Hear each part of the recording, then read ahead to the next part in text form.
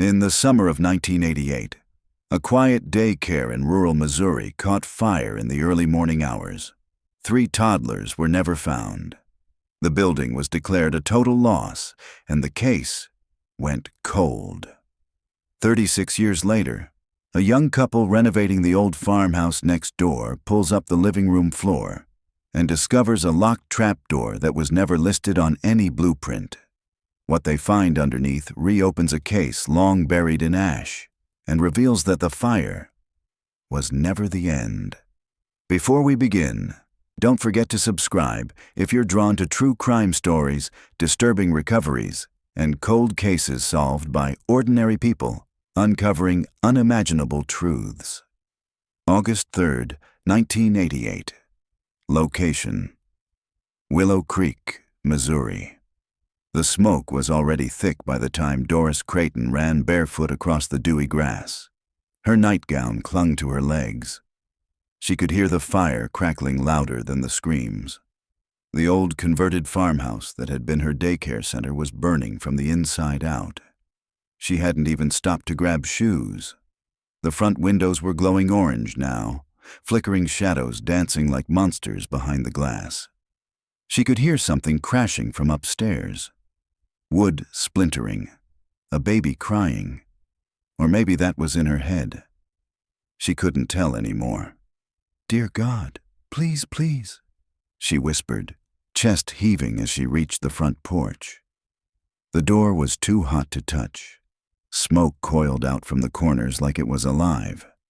"Is anyone still in there?" She turned toward the street. "Somebody help," she screamed into the early morning stillness. "They're still inside." But Willow Creek was a town of 600 people. No sirens, no neighbors yet. Just sunrise and smoke. The flames had started in the kitchen, she was sure of it. That old electric stove. She'd always told her husband they needed to replace it. But now her hands were black with soot and her lungs stung, and 3 children were unaccounted for. 3, not 2, not 1. 3. Lacey Parks. Age 3, blonde hair, quiet. Sucked her thumb. Milo Renner. Age 2.5, allergic to strawberries, danced when he heard commercials. And Jamie Holt, barely 21 months, still in diapers, laughed when the ceiling fan spun. She had put them down for naps early because the playroom had gotten too hot. She remembered that, had even closed the shades, all 3 in the back room, the converted sunroom with no exit but the narrow hallway that now glowed with fire. And now they were gone. The firemen would arrive 18 minutes later. The blaze would take the entire rear structure, foundation to roof, collapsed inward. By the time it was declared safe to search, there were no remains, not even bones, just scorched metal, warped floor joists, and the lingering scent of burnt toys. The state fire marshal would later declare the cause electrical failure and the deaths presumed. No charges filed, no trace of the children ever found. And for 36 years, Willow Creek, Missouri lived with one simple story: the fire took them. Until now. April 12th, 2024. Location: Willow Creek, Missouri. The floorboards came up easier than Mark expected. He knelt in the middle of the living room, surrounded by pulled nails, splintered pine, and a faint smell of mildew that always rose after the rain. He was halfway through the second plank when the crowbar caught on something metal instead of wood. He paused. "Baby," he called over his shoulder. "Can you come here a second?" Emily appeared in the doorway, wiping her hands on a rag. Her curls were tied back and her jeans were streaked with primer. "Is it mold?" "Number listen." He tapped the bar against the gap he'd made. Clink, clink. Definitely not joists. Something flat. Steel, maybe. She crouched beside him, squinting. "Is that a hinge?" Mark adjusted the flashlight and aimed it between the open floorboards. "I think so." A soft square of metal sat flush with the subfloor, just big enough to be a hatch. There was a recessed handle, rusted over and nearly the same color as the wood. Emily leaned closer. "It's not on the plans. They'd bought the farmhouse 3 weeks ago, a foreclosure sitting on 5 acres at the edge of Willow Creek. Cheap, quiet, needing work. The listing had said built in 1910, renovated in 1985, minor fire damage in detached structure, currently unoccupied. No mention of a trapdoor under the living room. Mark pried a little more of the plank up and cleared away dust and cobwebs. The hatch handle was thick with grime. "Can you grab the PB blaster?" he asked. Emily returned a moment later with a spray can and a flathead screwdriver. She didn't have to ask what he was thinking. In their years of flipping homes, they'd come across old wells, dry storage pits, one root cellar, and a buried storm shelter, but never something sealed beneath a living space like this. He sprayed the bolts, waited, then wedged the screwdriver under the handle and pulled. The hatch creaked. "Watch your hand," Emily whispered. Mark yanked again, harder. The seal broke with a dry gasp of dust, and the hatch groaned open, revealing a square wooden tunnel just big enough to crawl through. It dropped down about 4 feet, then turned sharply to the left, disappearing into shadow. The air that came up was cold and stale. Emily's skin prickled. "That's not a storage space," Mark's voice dropped. "Smell that?" It wasn't just mildew. There was a faint sweetness underneath it, artificial, powdery. "Baby powder," she said. They exchanged a glance. Emily stood up and went to the toolbox. She returned with their flashlight and a portable lantern. "I'm going first," Mark said automatically. "Be careful," she murmured, holding the light steady as he swung his legs into the crawl. He disappeared down the narrow shaft, boots echoing softly. The flashlight beam bounced against the interior. Plywood walls reinforced with concrete, aged but solid. Whoever built this had taken care to make it permanent. "Mark," Emily called. "What do you see?" "Hold on." His voice was muffled now. "It opens up down here." She followed. The moment her feet touched the floor, she felt the temperature drop. The crawl tunnel had led into a low, wide room, maybe 12 feet across, 10 feet deep. The walls were lined with pale blue insulation panels, stained with age. The floor was old linoleum, cracked and yellowed. But it was what sat in the center that made Emily freeze. A crib. A white wooden crib, yellowed with time, its bars chewed and worn. Beside it, a rocking horse, a plush giraffe slumped sideways, and a plastic stacking toy with faded rings. "Oh my God," she whispered. The room was a nursery, not a modern one. No monitors or plastic safety gates. The design was unmistakably 1980s. The wallpaper, barely peeling, was decorated with tiny cartoon ducks and rabbits in pastel hats. A mobile dangled above the crib, its shapes warped with age but still spinning slowly in the draft. A dusty high chair sat in the corner, along with a pink baby walker and a plastic bin of children's books. And on the far wall, under a low shelf, was a cassette recorder plugged into the wall. Emily stepped closer. The smell was stronger now. Baby powder, old wood, and something else. "I don't like this," she whispered. Mark nodded slowly. "This doesn't feel abandoned. It feels hidden." Emily turned slowly, the flashlight catching a faded nameplate nailed to the crib. The letters were plastic, the kind you'd buy at a dollar store in 1986. They read, Jamie. She stared. "Wait." Mark looked up sharply. "You know that name?" Emily nodded slowly, her voice suddenly distant. "I think this place is connected to the fire, the daycare fire. Didn't 3 kids go missing?" She pulled out her phone and typed quickly. A few seconds later, she showed him the search result. August 1988. Willow Creek Daycare fire. 3 children presumed dead in blaze. Victims: Jamie Holt, 21 months. Milo Renner, 2.5 years. Lacey Parks, 3 years. Mark's face went pale. "That's not just a coincidence." Emily crossed the room, heart racing. She checked the shelf. More toys. A pink sippy cup, a pacifier, tiny shoes, all preserved under decades of silence. And behind the shelf, a second crib. This one labeled Lacey. The plastic ring on the mobile above it had a music box attachment. Emily turned it carefully. It played Rockabye Baby in hollow, warbled tones. Mark turned in a slow circle. Why would anyone build this under a house? Emily's voice was flat. Because someone wanted to hide something. Or someone.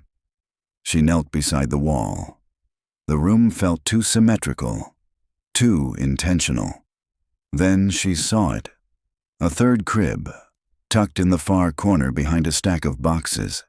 Smaller. And this one bore a name too. Milo.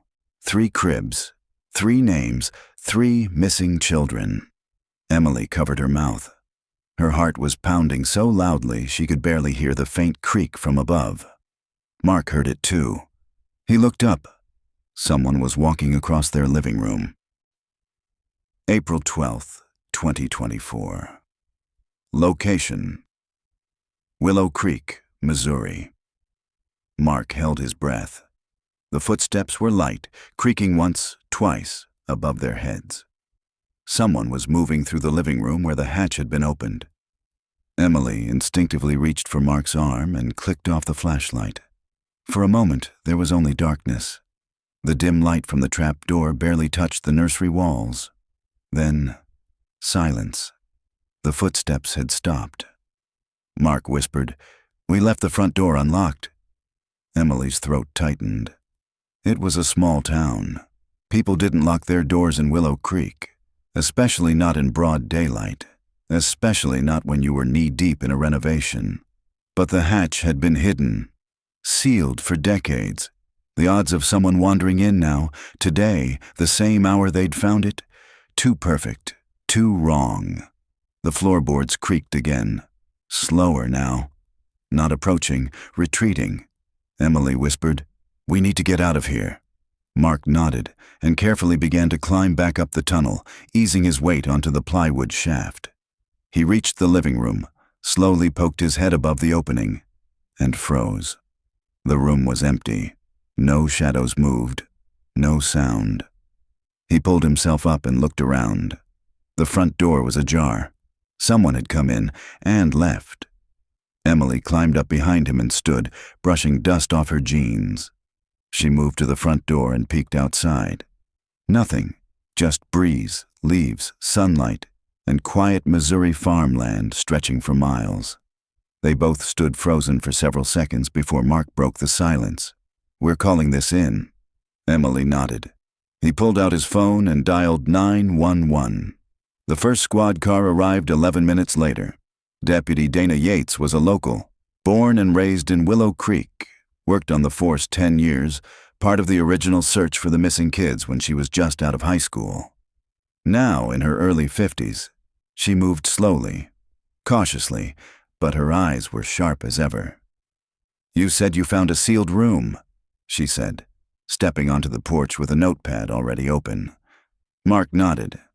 "We didn't break in. We were renovating, pulling up the floor.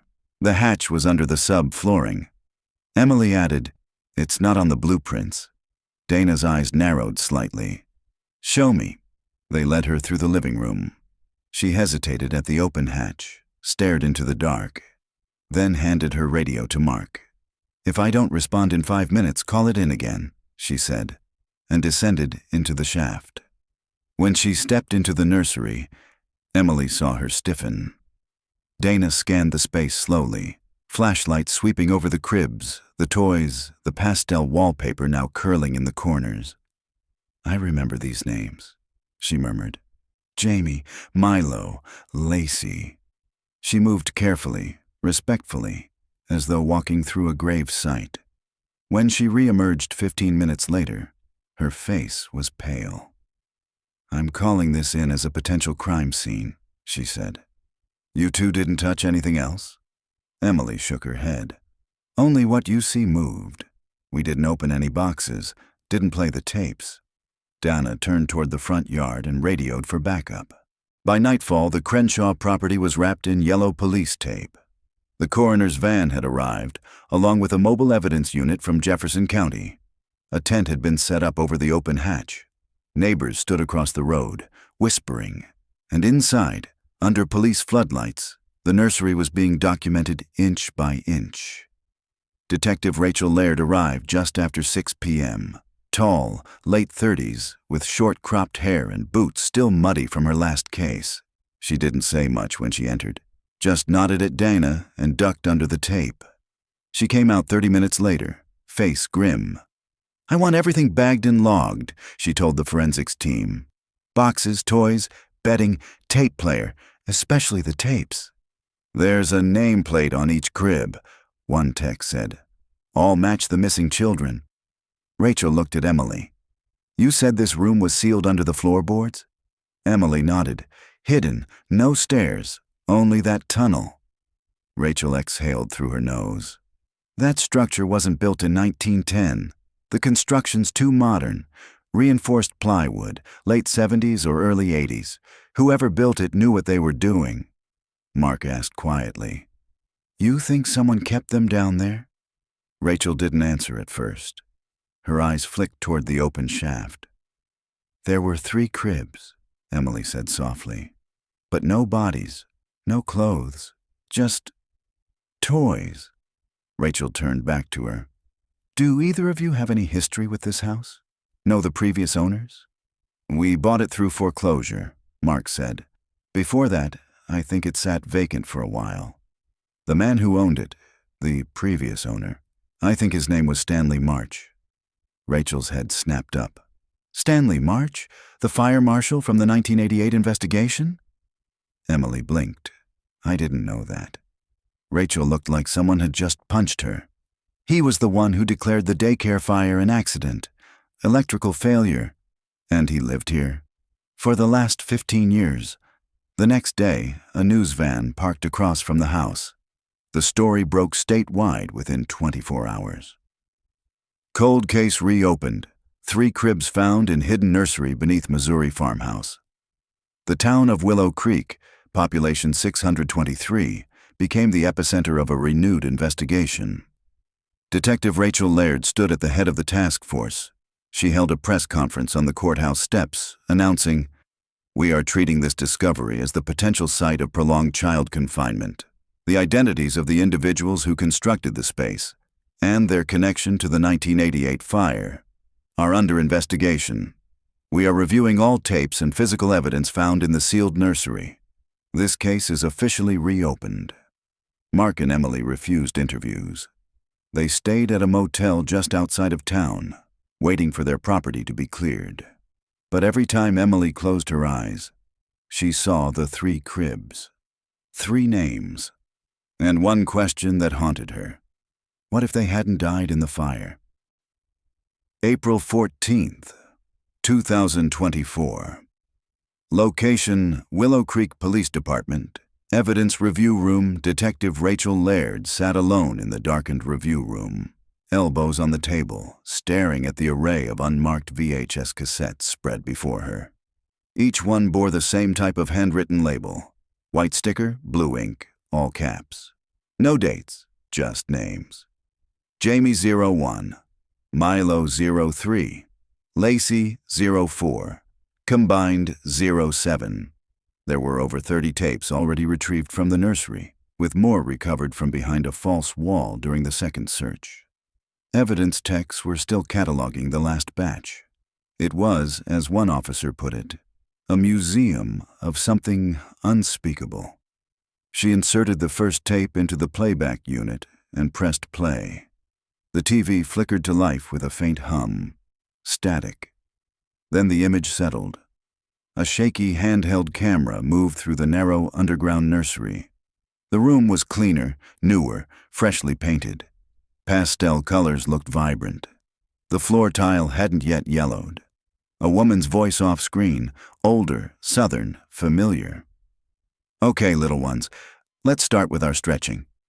Rachel's brows furrowed. 3 toddlers stood in a row in front of the crib labeled Lacey.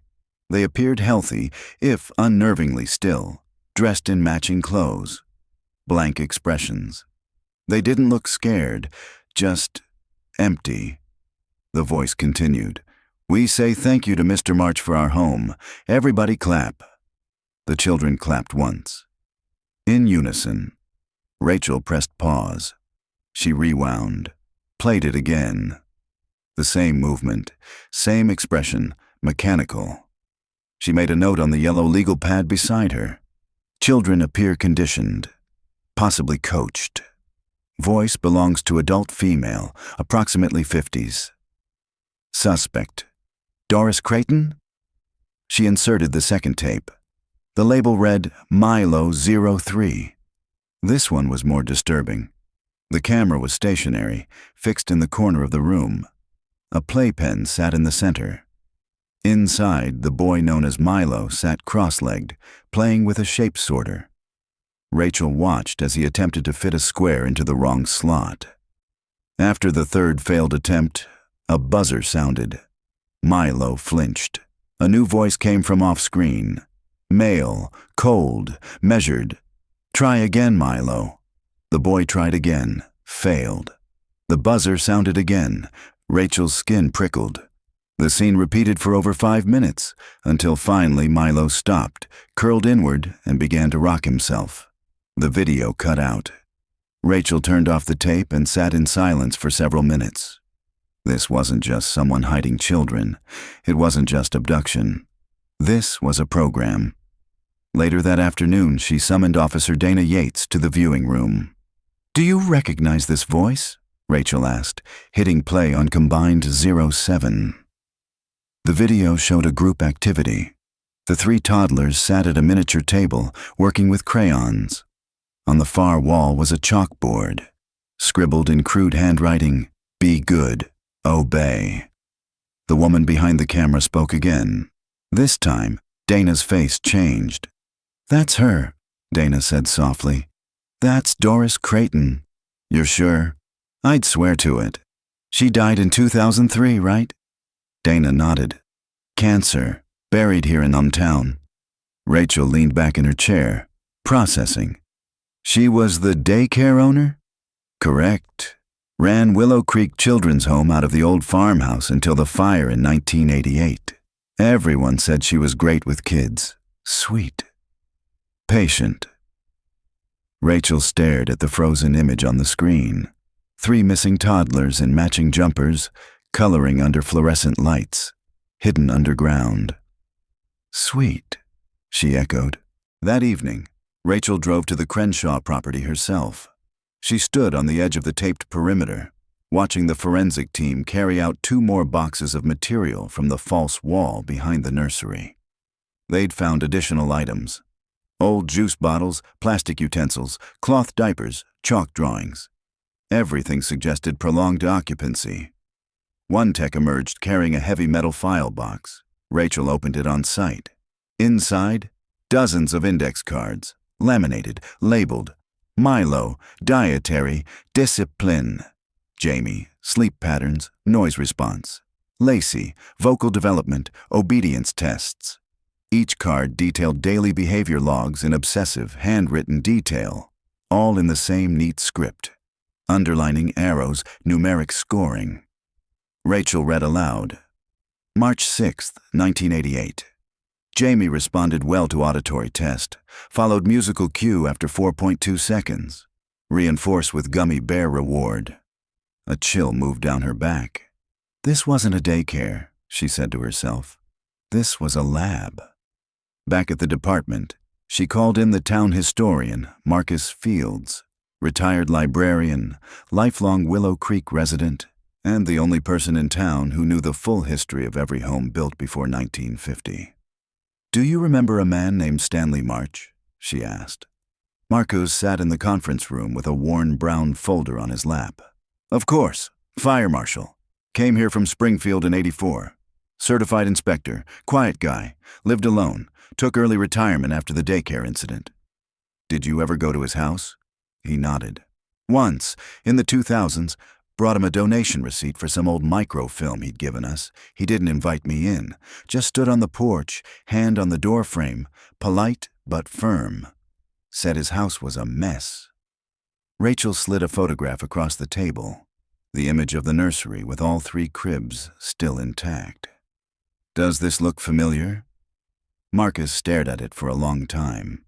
Then, that's Doris Creighton's wallpaper. Rachel's eyes narrowed. You're sure? I'd bet my pension. Stanley March purchased that house 2 months after the fire. Paid in full. No mortgage. Marcus nodded slowly. You think he moved the kids? I think Doris didn't act alone, Rachel said quietly. I think March helped her build that room. I think he kept them hidden after the fire, and I think they recorded all of it. Marcus whispered, Why? Rachel looked down at the laminated behavior cards, the videotapes, the children's blank expressions. I don't know yet, she said, but I'm going to find out. April 16th, 2024. Location: Jefferson County Records Archive, Missouri. The file was labeled Missouri Youth Cognitive Behavioral Study, MyCBS, 1985 to 1989. Archived, non-active, no results published. Detective Rachel Laird hadn't expected anything substantial when she searched the old university database. She'd followed a breadcrumb. The phrase, Obedience Response Index, scribbled in the corner of one of the behavior logs from the sealed nursery, a term that didn't match standard child development metrics. But the phrase led to a paper, and the paper led to this file. She sat alone in a fluorescent-lit back room of the Jefferson County Archive, surrounded by dust, beige folders, and a faint hum from the old microfiche scanner across the room. A security guard had let her in early, unlocking the forgotten research annex behind the genealogy department. Inside the folder were grant applications, progress memos, internal letters, and one unsettling diagram, labeled Suggested Layout for Controlled Environment Play-Based Conditioning, age 1 to 5. The diagram was nearly identical to the nursery under the Crenshaw farmhouse. The program had been small, funded under a pilot grant through a behavioral sciences subdepartment at a rural university in Missouri, most likely Southeast State College. The goal: to assess the effects of isolated behavioral control environments on early obedience, trauma resilience, and cognitive delay in toddlers. The language was clinical, detached, inhumane. Rachel flipped through the pages, feeling nausea twist in her stomach. She highlighted key excerpts with a dull pencil. Phase 2 requires complete environmental control. Subjects must not interact with biological parents post-separation. Reward and punishment cycles must remain consistent for measurable obedience thresholds. Cognitive video prompting can be used to reinforce desired verbal and emotional patterns. And at the bottom of the memo, restricted to private pilot locations. Coordination with local fire safety officials advised. Rachel circled the last line and underlined it twice. Fire safety. Her fingers trembled as she turned to the next page, a sign-in log. Most names were redacted, black marker long faded, but one stood out in faded ink at the bottom of the sheet. S. March. She leaned back in the metal chair, heart pounding. Stanley March hadn't just hidden children under a floor. He had participated in, or possibly operated, an unsanctioned behavioral experiment. And the sealed nursery? It wasn't just for hiding. It was the experiment itself. Later that afternoon, Willow Creek Police Department Rachel spread the materials across the conference table, her second pot of coffee already going cold beside her.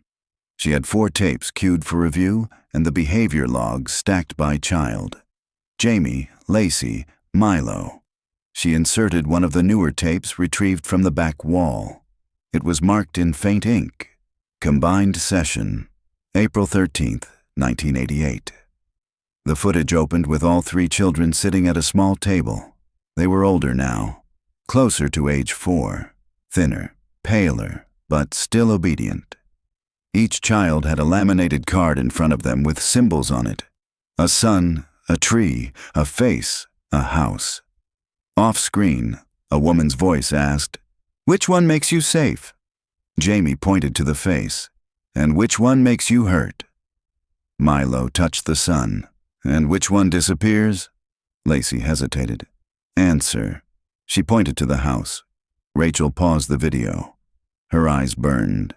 The children had been trained, not just in language, but in associative fear. They'd been rewired to respond to cues with emotional memory. Someone had tested them, pushed them, filmed them. She reviewed the rest of the tape. Each session ended the same way. The children placed their hands on their laps, faced the wall, and said in unison, "Thank you for today." Like they were in school, or prison, or worse. That night, Rachel drove to the Crenshaw property again, flashlight in hand, walking the cleared path between the garden and the back of the house. She wanted to see something for herself. The forensic team had flagged the linoleum floor of the nursery as unnaturally level, suspiciously so. Beneath the vinyl tiles, they'd found a second layer of subflooring. And beneath that, concrete.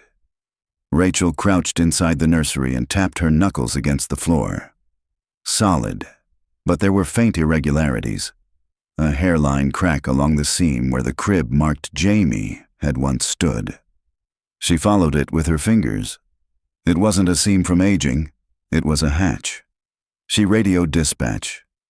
"Get me another unit and a crowbar to Crenshaw property basement. I found a second compartment." 30 minutes later, under the hum of lanterns and the weight of silence, the slab lifted.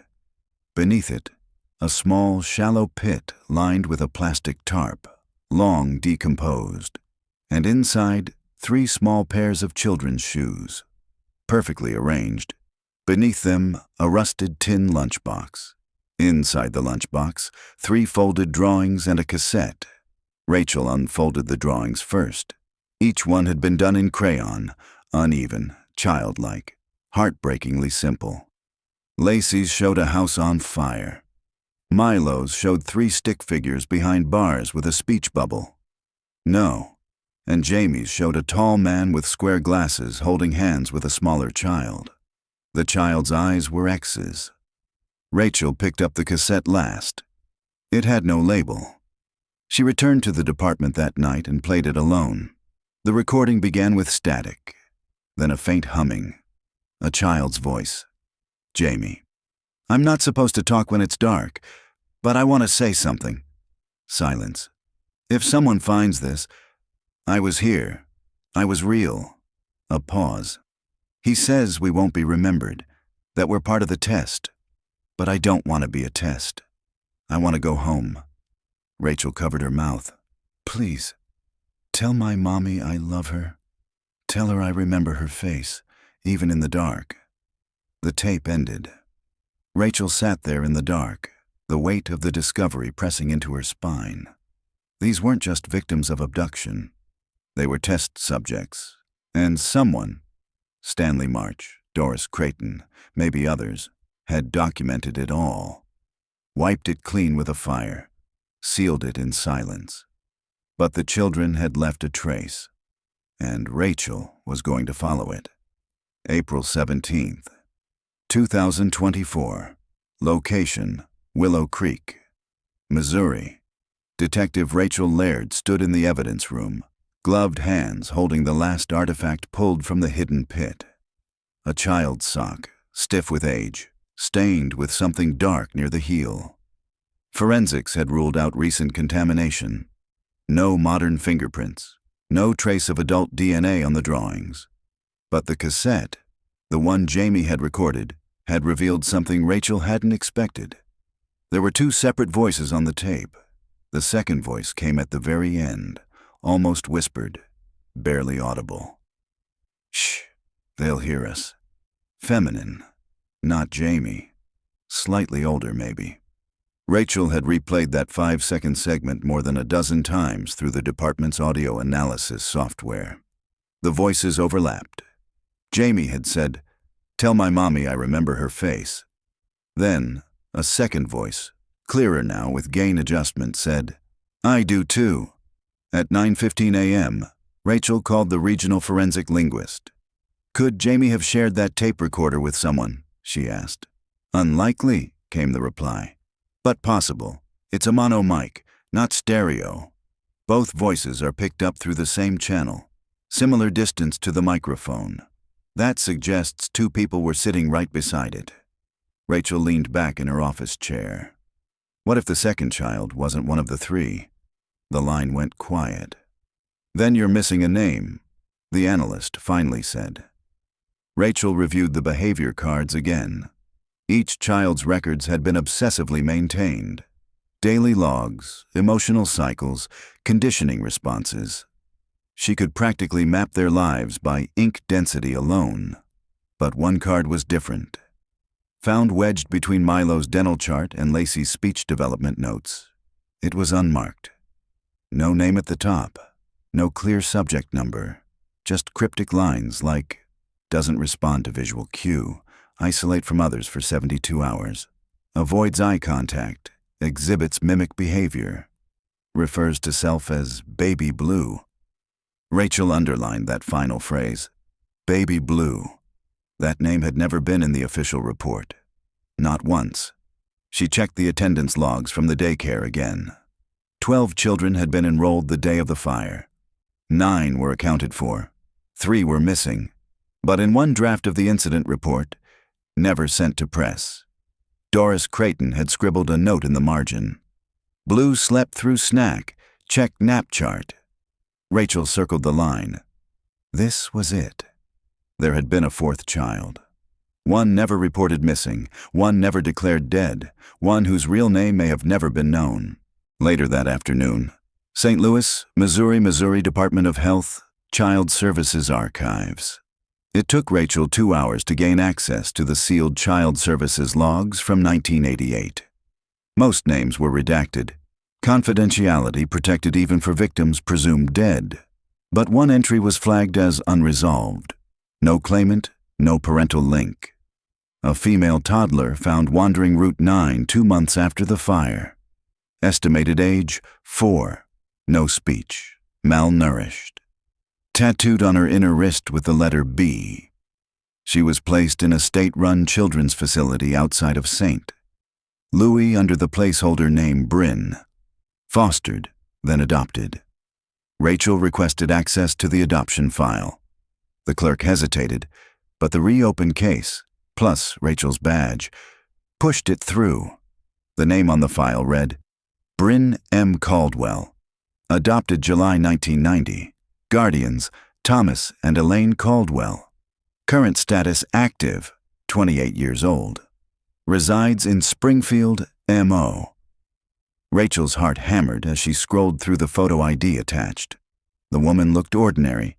Brown hair, pale skin, slight asymmetry to her left eye, a scar on her temple, emotionless DMV expression. But it was the tattoo that stood out. Faint, barely visible. A single capital letter, B. Rachel returned to her cruiser and sat behind the wheel, her mind racing. The other 3 had never been found. But Bryn Caldwell had survived.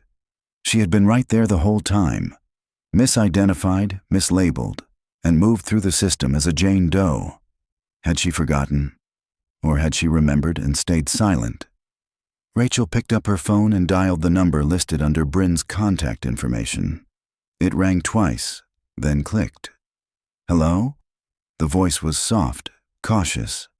Rachel took a breath. Bryn Caldwell? Who's calling? My name is Detective Rachel Laird with the Willow Creek Police Department.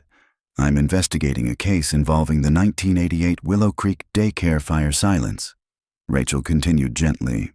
We believe you may have been one of the children hidden in a sealed nursery beneath a home in that area. A pause. Then, I don't know what you're talking about. Rachel's voice stayed calm.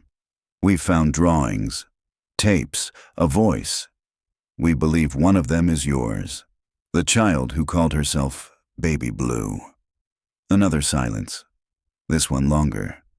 Then, in a whisper, you weren't supposed to find me. Rachel gripped the phone. I know this is frightening, but you're not in trouble. You were a victim. We want to help you. We need your story. Bryn exhaled shakily. I don't remember everything, she said. But I remember the dark. I remember him, his glasses, and how he said the fire was a gift, that it made us disappear. Rachel's throat tightened. Can you meet me? She asked. Pause. I don't go out at night, Bryn said. But I'll try. That night, Rachel didn't sleep.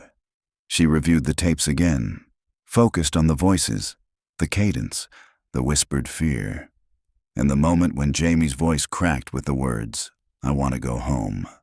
There had been 4 of them. 3 named, 1 erased, and the erased one had survived. April 18th, 2024. Location, Springfield, Missouri. The cafe was nearly empty when Detective Rachel Laird walked in. It was 10:02 a.m.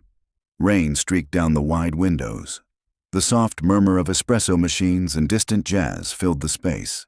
College students hovered behind laptops. A mother fed her toddler a muffin. Rachel's eyes scanned the room. Then she saw her. Bryn Caldwell sat in the corner booth by the window, shoulders tense, eyes locked on the door. A ceramic mug sat untouched in front of her. She wore a gray sweater with sleeves pulled down to her knuckles, hair pinned loosely. No makeup. Her hands trembled slightly as she reached for the mug. Rachel approached slowly, as if stepping into a trauma still alive. Bryn? She asked gently. The woman nodded, eyes never leaving her. Rachel slid into the booth across from her. Thank you for meeting me, she said softly. Bryn didn't answer.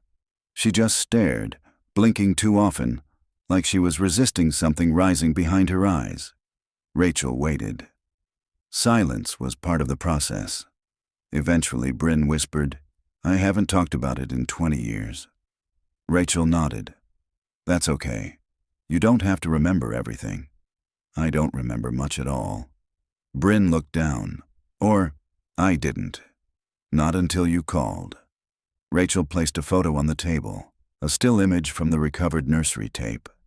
3 toddlers sitting quietly at a plastic table. In the corner, barely visible, was a 4th child. She was facing the wall. Is that you? Rachel asked. Bryn's hands trembled as she reached for the image. I remember that shirt, she whispered. It had a duck on it. It was mine. Rachel let the weight of it settle between them. You were never listed among the missing, she said gently. No one reported you. No records. Just that letter B. Bryn nodded slowly. They didn't call me Bryn. I didn't have a name. I gave myself one later. Baby Blue. That's what the wall was painted near my crib. Blue and white clouds. That was my space. That was all I had. Her voice cracked. The others had names. I didn't. I wasn't like them. I didn't cry. I didn't speak. So they kept me separate. Rachel felt her chest tighten. Did Doris hurt you? Bryn shook her head. Not at first. She was gentle. Sing-song voice. She gave me crayons, gummy bears. But if I didn't follow the others, if I looked away, I'd get the box. Rachel frowned. The box? Bryn's eyes drifted to the window, rain streaking down like tears. It was a dog crate. They'd put me in it when I disobeyed. No light, no sound, for hours. I used to scream at first, then I stopped. Rachel leaned in. Who else was there besides Doris? Mr. March Bryn's voice turned brittle. He came at night, cleaned things, brought new tapes. Sometimes he'd bring people. Rachel tensed. What kind of people? Men. Always men. They never talked to us. Just watched from the corner, wrote things, then left. Were you ever taken out of the nursery? Bryn nodded, slow and fearful. Once, just me. They told me I was special, that I listened, that the others were dirty data. I didn't know what that meant. Rachel slid another photo across the table. A laminated index card labeled Subject B, Blue. This was you, wasn't it? She asked. Bryn's breath caught. She traced the edge of the card with her fingertip. I remember the pen they used. It scratched the plastic. He used a ruler to make the line straight. Rachel asked carefully, "Do you remember what happened the day of the fire?" Bryn's eyes darted toward the door, then back. They were arguing. Doris was crying. Mr. March said it was over, that the university had pulled out, that he needed to clean the slate. I didn't understand. Then the alarms went off. She paused. He came for me first, told me I wasn't supposed to burn, that I had to leave. He took me through a crawl tunnel, out into the woods, left me near the road, told me to walk until someone found me. And never tell. Rachel sat perfectly still. You were the only one he saved. Bryn nodded. I think he believed I was his success. Rachel closed her eyes. Do you remember what happened to Jamie? Bryn's hands curled into fists. She was the brave one, she whispered. She used to whisper to me at night, said she remembered her mom's voice, said if we ever got out, she'd find her again. Her voice cracked. But she didn't make it, Rachel whispered. How do you know? Bryn looked up, tears finally falling. Because I watched him take her down the tunnel too. But she screamed, she fought, she bit him. I heard her cry once. Then, nothing. Rachel felt her stomach twist. And Milo? Lacey. I think they died before the fire, one by one. They started getting sick. Doris said they weren't adjusting. She called it removal from cohort. She wrapped them in blankets and told us they went to sleep forever. She buried her face in her hands. They didn't go to sleep. Rachel reached across the table and gently touched her wrist. You survived, Bryn whispered. I don't know if that's a good thing. Later that night, Willow Creek Police Department. Rachel sat at her desk, the cafe conversation replaying over and over. She typed rapidly, adding Bryn's testimony to the growing case file. Survivor confirms presence of 4 children. 3 confirmed as Jamie Holt, Lacey Parks, and Milo Renner. 4th identified as Baby Blue, now Bryn Caldwell. Subjects were subjected to isolation, obedience conditioning, and observed by rotating unknown adult males. Survivor confirms Stanley March orchestrated evacuation before fire, suggesting premeditated destruction of site to eliminate evidence. But even as she typed, something unsettled her. Why had March saved only 1? Why burn the nursery if he had video evidence? And most of all, why had no one ever come looking for Bryn? She paused mid-sentence. What if someone had? And what if they still were? At 1:13 a.m., Rachel received a call. It was Bryn. Her voice was trembling. Someone's been in my apartment. Rachel sat up. What happened? The closet, the back one. It was locked. I never use it. I found it open. Anything taken? I don't think so, but there was a note. On my bathroom mirror, Rachel grabbed her keys. What did it say? Bryn whispered. It said, Blue never left. April 19th, 2024.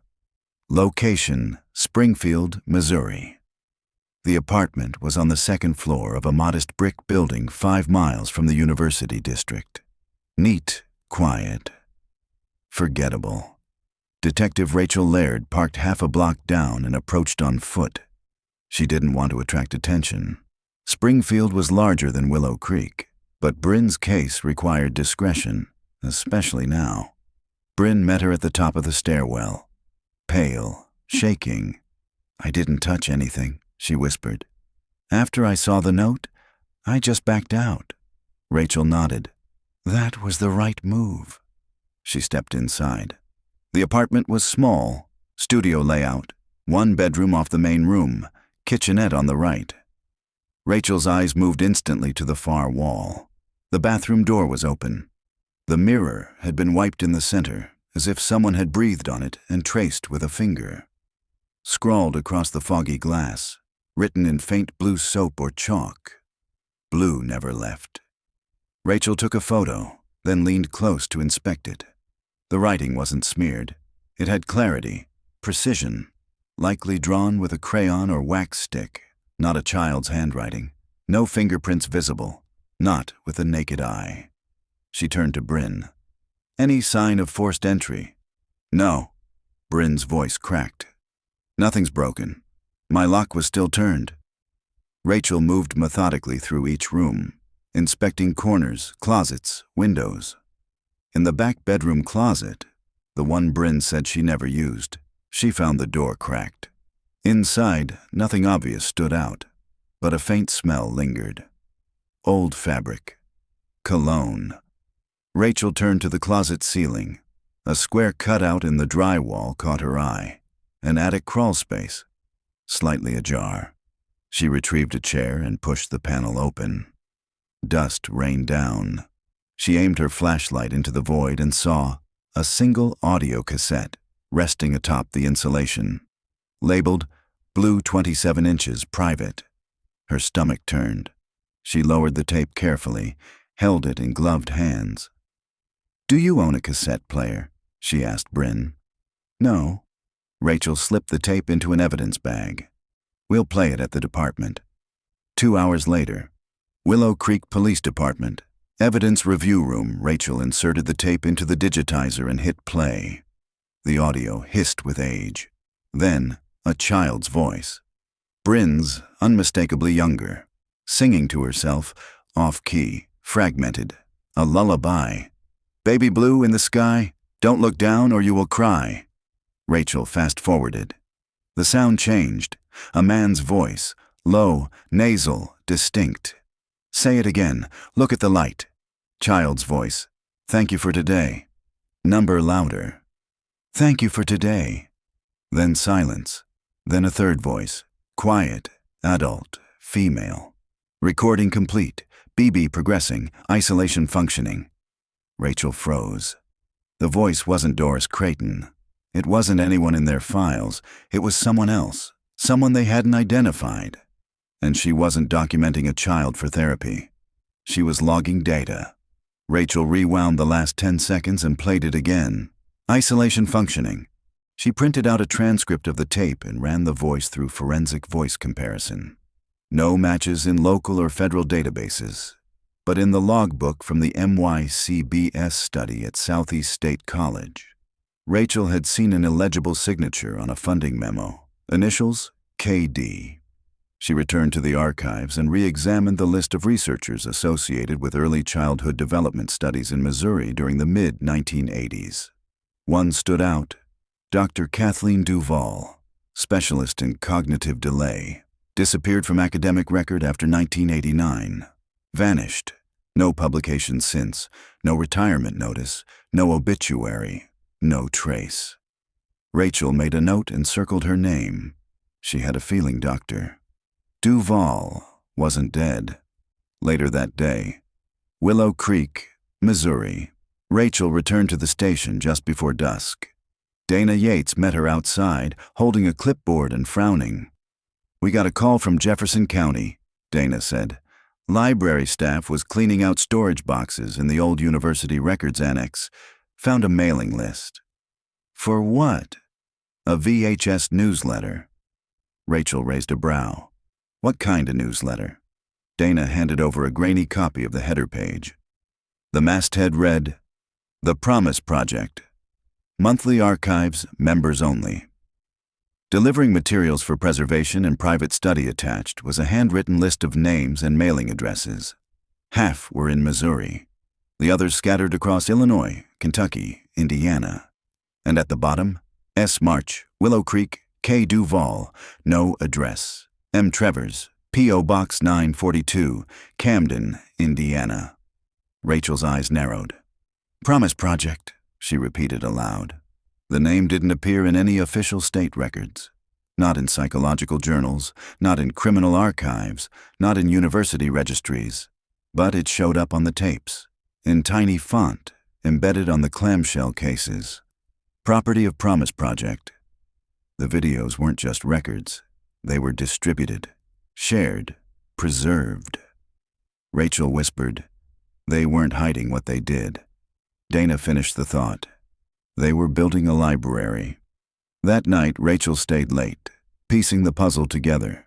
She pinned names on the board. Doris Creighton, deceased Stanley March, deceased Dr. Kathleen Duval, missing Bryn Caldwell, baby Blue, survivor Jamie, Milo, Lacey, presumed dead unknown members, active recipients of the promise tapes, but one detail haunted her. The note in Bryn's apartment. It wasn't just a warning. It was a reclamation. Whoever left it wasn't trying to scare Bryn into silence. They were reminding her, "You belong to us." And that meant someone still believed the Promise Project wasn't over. Someone still had the tapes. And someone, somewhere, wanted Blue back. April 21st, 2024. Location, Camden, Indiana. The post office in Camden, Indiana, was smaller than a gas station. Rachel Laird stepped out of her unmarked vehicle, sunglasses low on her nose, the Indiana sun casting long shadows across the single street of the town. She'd driven 4 hours straight, her badge tucked beneath her windbreaker, the file on P.O. Box 942 sitting on the passenger seat beside her. The town population couldn't have topped 500. Church bells rang somewhere in the distance. A boy on a bicycle rode past and stared. Rachel entered the post office and approached the glass divider. "Good afternoon," she said. "I need information about a private box registered here. Number 942. Law enforcement matter." The woman behind the glass, gray hair, floral blouse, gave her a skeptical glance. "You have a warrant?" Rachel held up her badge. "Cold case out of Missouri, connected to possible child exploitation network. We believe materials have been routed through this box." The woman's eyes changed. Her hand went still on the mail tray. "Do you know who rents it?" Rachel asked. The woman hesitated, then leaned slightly forward. "That box has been paid in cash every 6 months for at least 20 years. No forwarding address, no name, no return labels, but..." She trailed off, looking toward the back door. Rachel stepped closer. "But what?"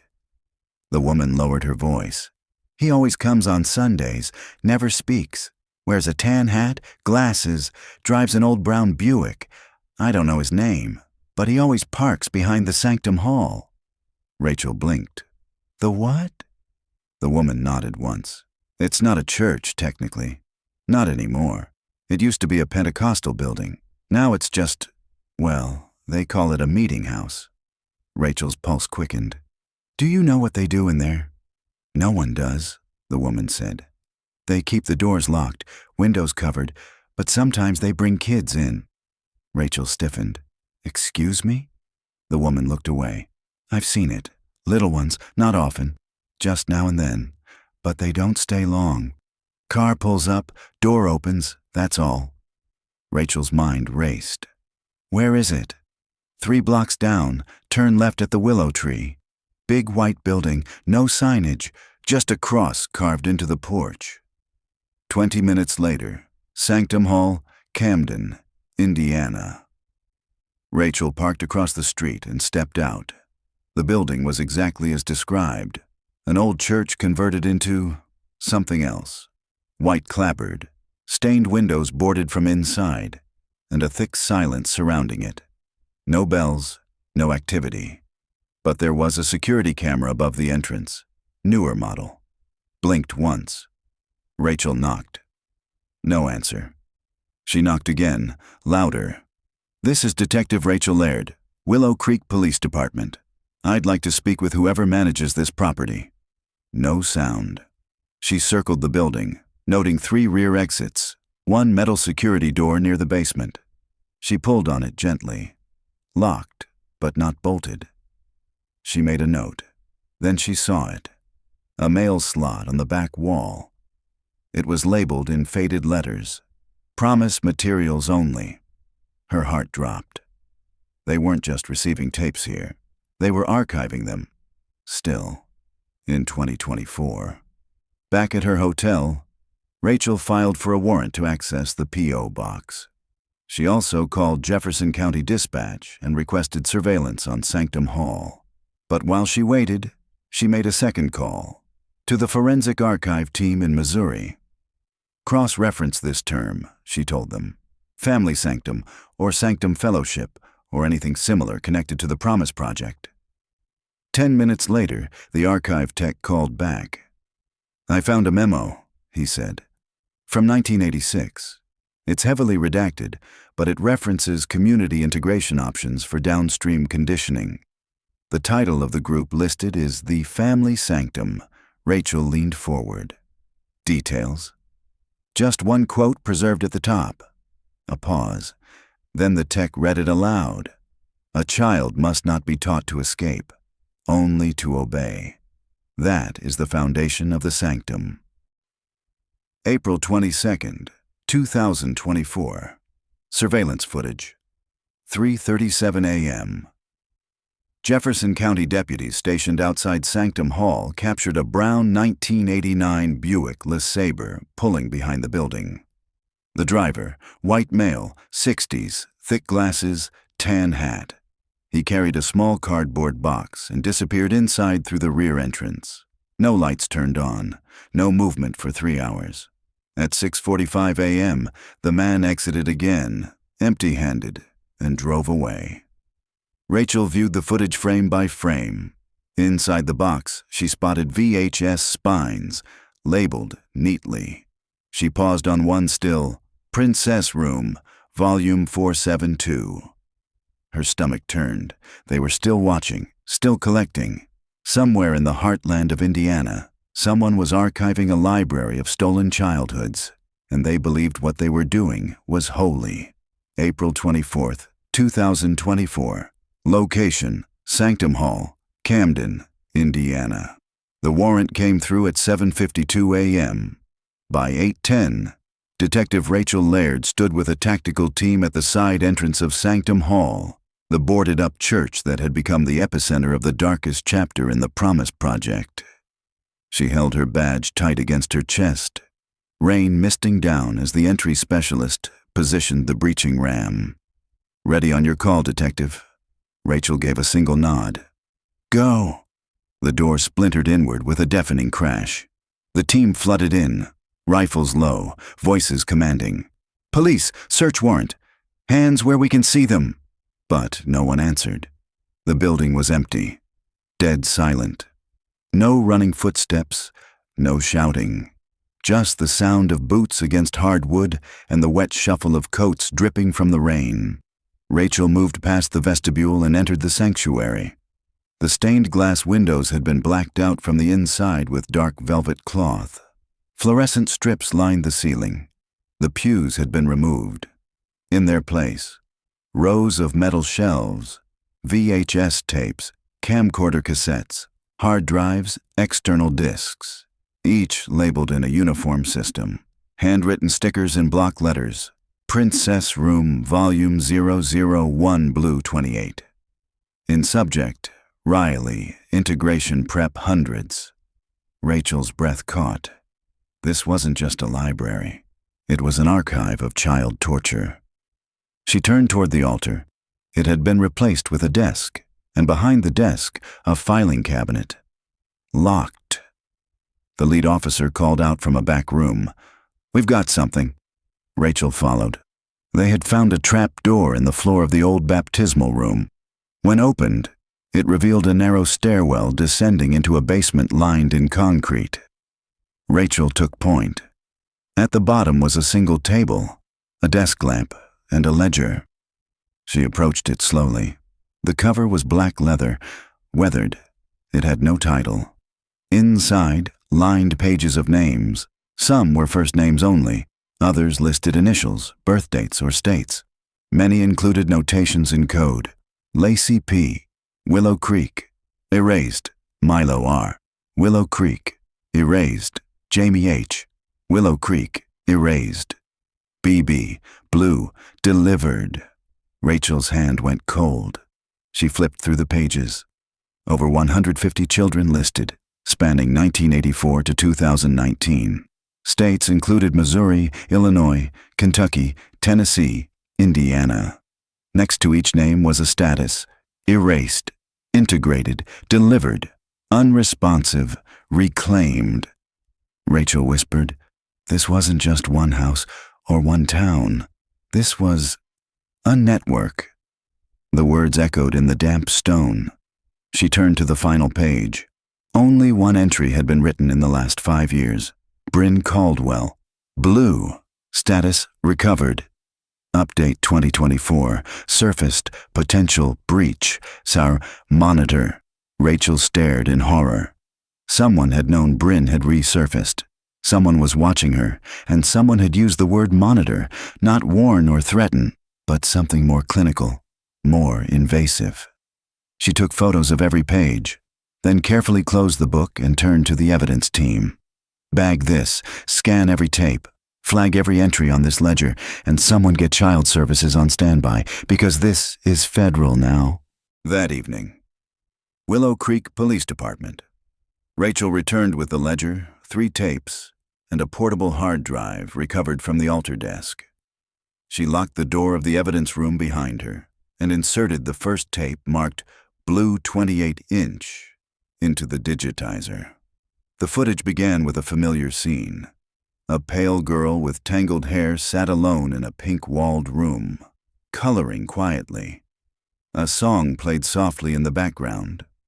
Rachel recognized the voice instantly. Bryn. She was maybe 5 in the footage. Too thin. Her smile was vacant. Off camera, a man's voice spoke. "What's your name?" She didn't answer. "Say it." "I'm Baby Blue," the girl whispered. "And who do you belong to?" She looked at the camera. Her voice broke. "You." Rachel slammed the pause button. Her hand trembled. She skipped ahead. The screen changed. A birthday party. 2 other children stood awkwardly near a cake. All 3 wore paper crowns. But the banner above them read, "You're invited. Session 300 complete." Rachel whispered to herself. These weren't children anymore.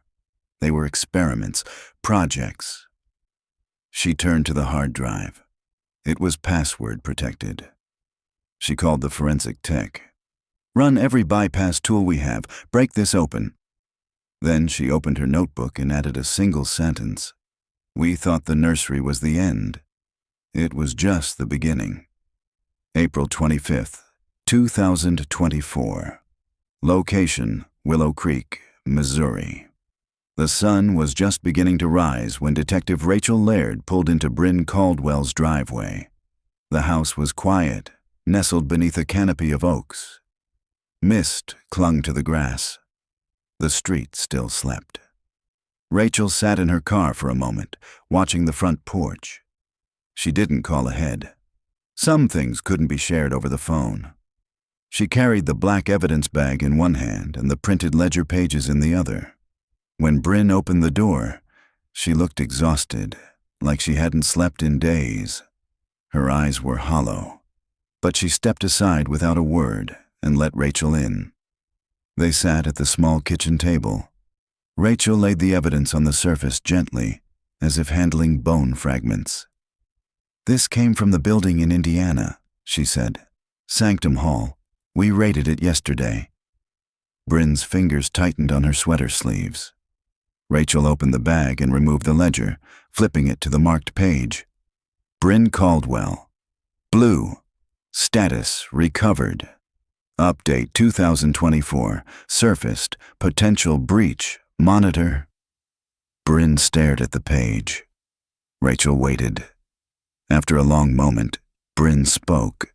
Her voice was tight, distant. "I told you everything I remembered. I told you about Doris, the crate, the tunnel, the man." "You did," Rachel said gently. "But there's one thing you never told me." Bryn looked up, bracing. Rachel slid a photograph across the table, a still from one of the tapes found at Sanctum Hall. The image was grainy but clear. 4 children in the nursery, seated in a half circle. Lacey, Milo, Jamie, and one more, a boy, older, silent, facing the wall. "You said there were 4 of you," Rachel said, "but there were 5.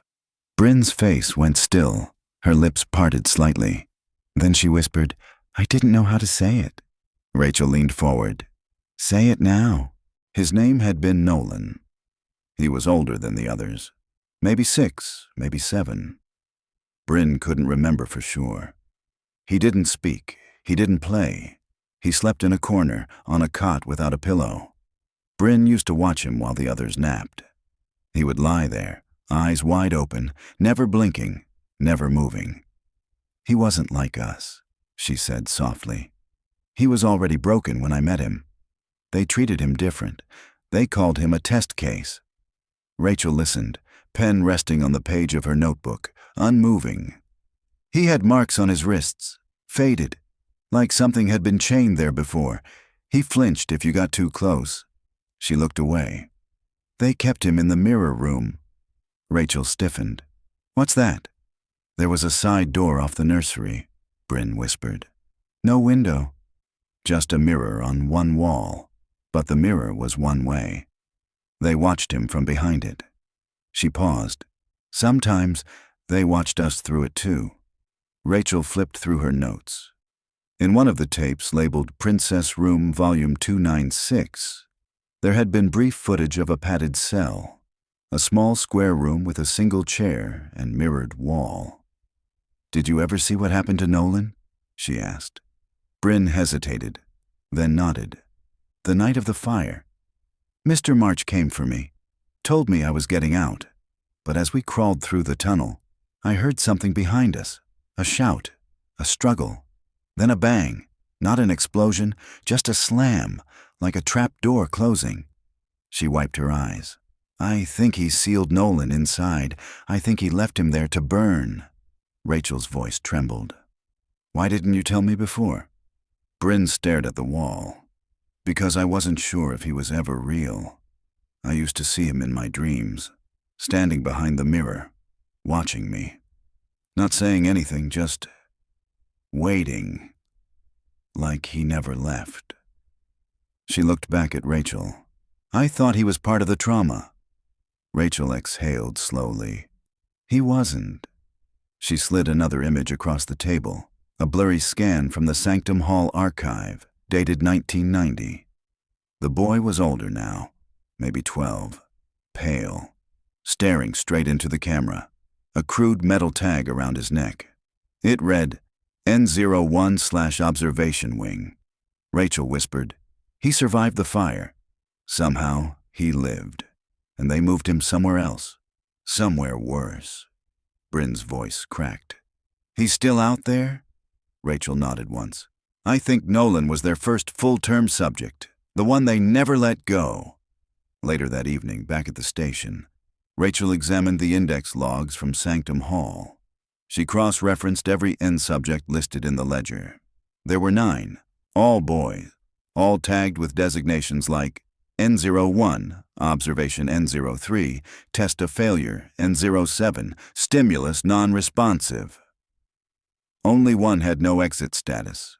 N01, Nolan, location, redacted, status, unresolved.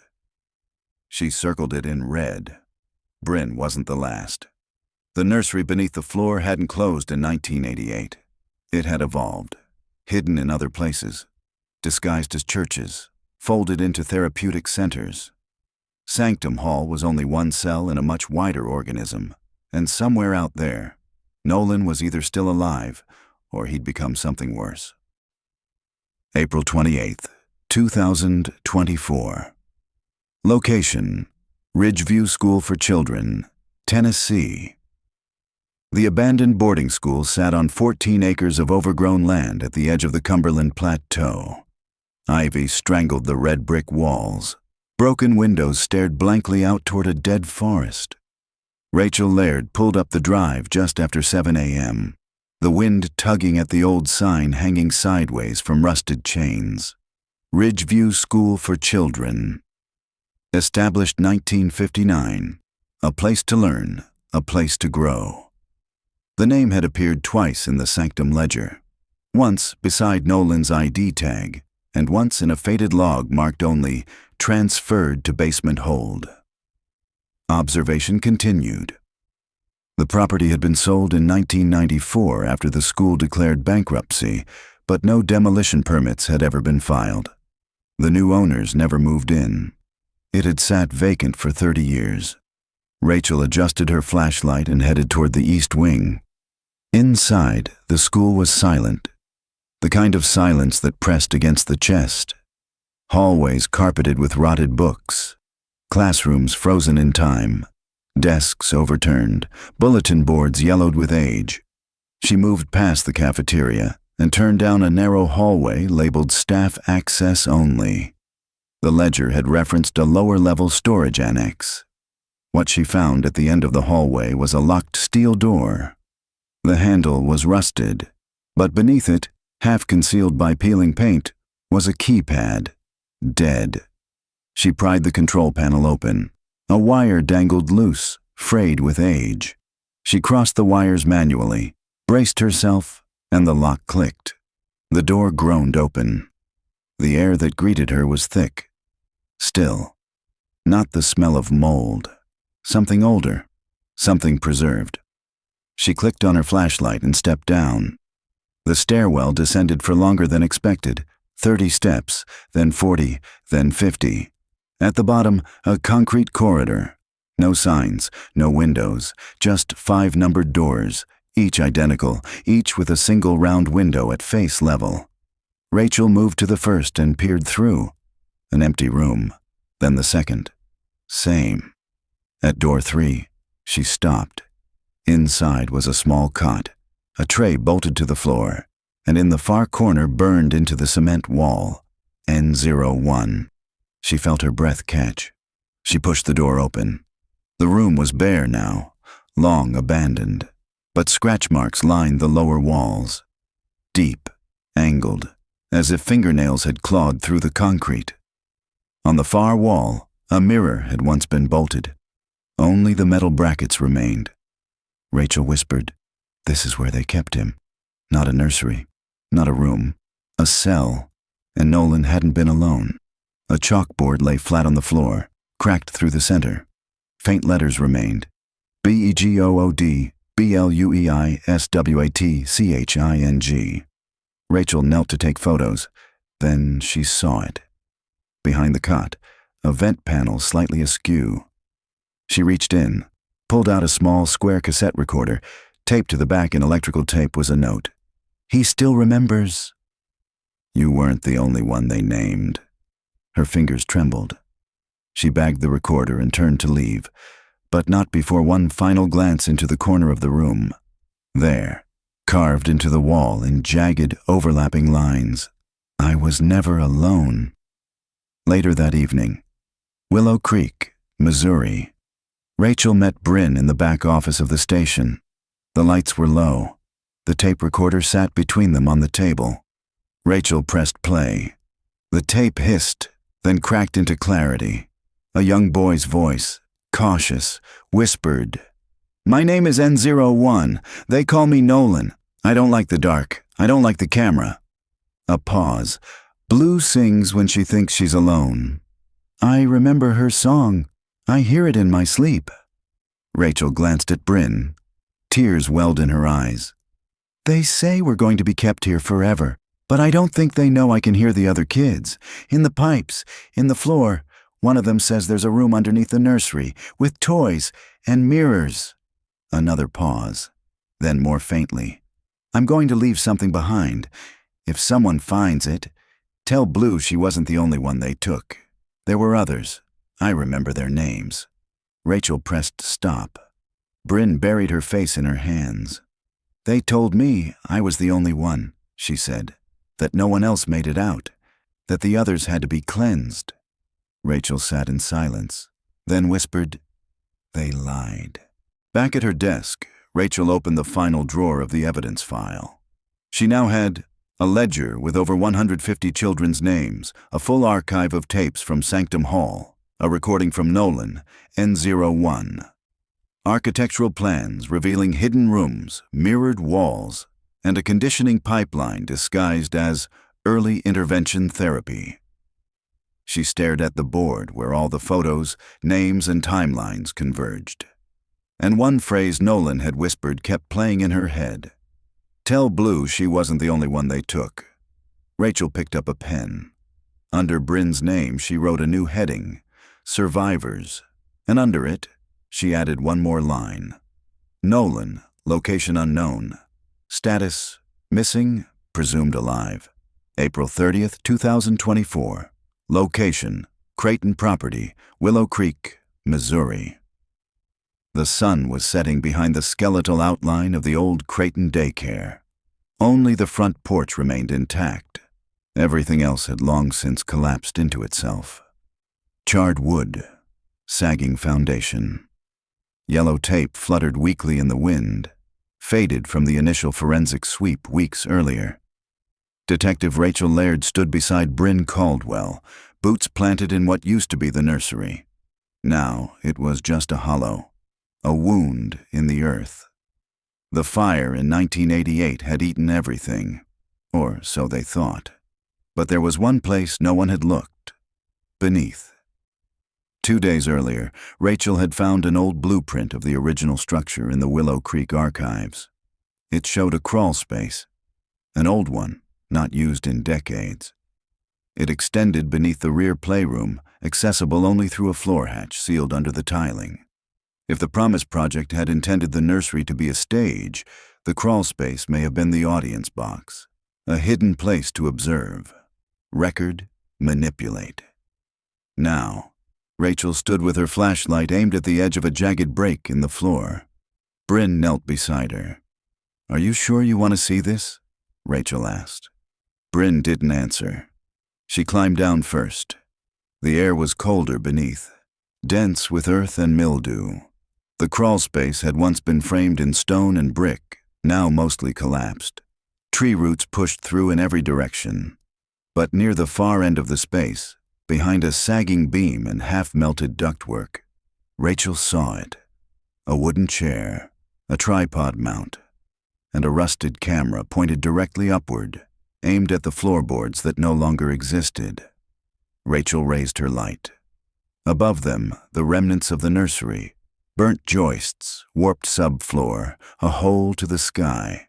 Right above the camera mount, a small metal grate remained intact. Rachel reached up and touched it. Air whistled through. This wasn't a vent. It had been a listening shaft, a direct line from the crawl space to the room above. Rachel turned slowly. Behind the camera was a narrow wall with dozens of tape reels stored in dry boxes, each labeled in red pencil. Princess Room, Live Feed Archive, Session 201, Session 202, Session 203. She picked one up. Dust coated her fingers. The tape inside was still intact. Bryn's voice was faint in the silence. "They watched us like animals." Rachel found another object tucked behind the chair. A clipboard, paper brittle but still legible. Notes written in tiny, manic handwriting. B smiled when prompted. Still flinches at male voice. May need auditory reconditioning. M doesn't cry anymore. Unresponsive to toy stimuli. Likely past stage 3. J attempted to mimic L's scream. Logged and flagged. Mimicry category. L has stopped thumb-sucking. Calls self good girl without prompt. Ideal subject. Rachel stared at the final page. In bold red. Begin transfer on May 4th. If fire occurs, presume data lost, not subjects. They planned it, she whispered. Bryn turned slowly. They burned it on purpose. Rachel nodded grimly.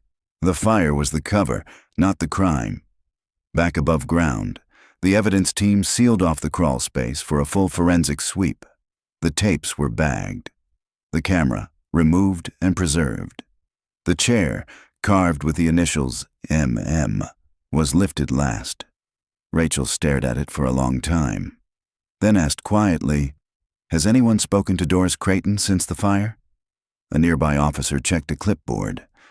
She died in 1992. Stroke. Rachel sighed. Convenient. Later that night, back at the station, Rachel reviewed one of the recovered tapes. Session 201. The screen flickered to life. No sound. Just grainy overhead footage of the nursery. 4 children napping, 1 stirs. Lacey. She looks toward the camera, but not directly at it. Upper, as if she hears something from the ceiling. She whispers something inaudible. Then clearly, "Be good." Blue is listening. Rachel paused the tape. Tears burned behind her eyes. It wasn't just that they were observed. It was that they were conditioned to perform. They knew they were being watched, and they obeyed. Because obedience was survival. In the final box recovered from the crawl space, forensic techs found a melted nameplate fused to one of the dry tape cases. Scratched into it, property of the family Sanctum returned to main vault. N01 Oversight. Rachel circled the word. Vault. Not archive, not library. A vault. Somewhere, more tapes existed. More subjects, more rooms. The Promise Project hadn't ended in 1988. It had expanded underground. In her final report, Rachel included a photograph, taken from beneath the nursery floor, looking up at the sky through the burned boards. The caption read, "Beneath the nursery, someone watched, and waited, and recorded everything." Bryn added her own line. "We were children, not projects, and we remember." June 12, 2024. Location, Willow Creek Police Department, Missouri. The package arrived in the late afternoon. No postmark, no return address. Just a plain brown box, taped along the seams, sitting silently in the evidence drop slot of the Willow Creek Police Department. Detective Rachel Laird didn't see it until she was locking up for the night. She stared at it for a long time before touching it. Too light to be dangerous. No ticking, no wires. She opened it slowly, carefully. Inside was a plastic evidence bag, and within the bag, 3 items. A camcorder tape, labeled in black ink, N01, Final Recording.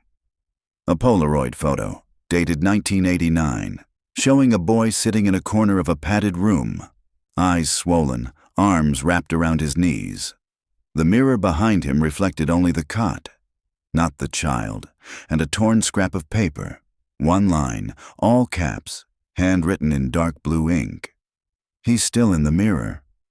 Rachel sat down. Her hands shook. The photo disturbed her most. Not just because the boy's face was familiar, it was Nolan, but because the mirror behind him was wrong. Its reflection showed the chair and walls, but not him, like he'd been removed, erased, or never truly real. She locked the room, slid the tape into the digitizer. The screen flickered, black and white static, then the faint hiss of audio. A dim room appeared on screen. Same padded walls, same corner. Nolan. He was maybe 7 now, thinner, paler. He looked up, not at the camera, but at something just off screen. "They say I'm the first," he whispered. "They say I'm the key. I don't sleep anymore. I don't eat unless they let me. I count shadows now. It's the only thing that doesn't lie." He turned slowly, faced the mirror. Blue used to sing when she thought I wasn't listening. I remember her song. It's still in my head. Then he did something the camera had never caught before. He reached toward the mirror, and his hand disappeared into it. Not reflection, not illusion. His fingertips sank into the glass, like it was water. Rachel's blood ran cold. "I'm going to leave soon," Nolan said. "Not the way they expect, not through the floor. I'm going to go through. And when I do, I'll bring the others with me." The screen distorted, a wave of static, then cut to black. The tape ended. Rachel sat frozen. She rewound it, watched again.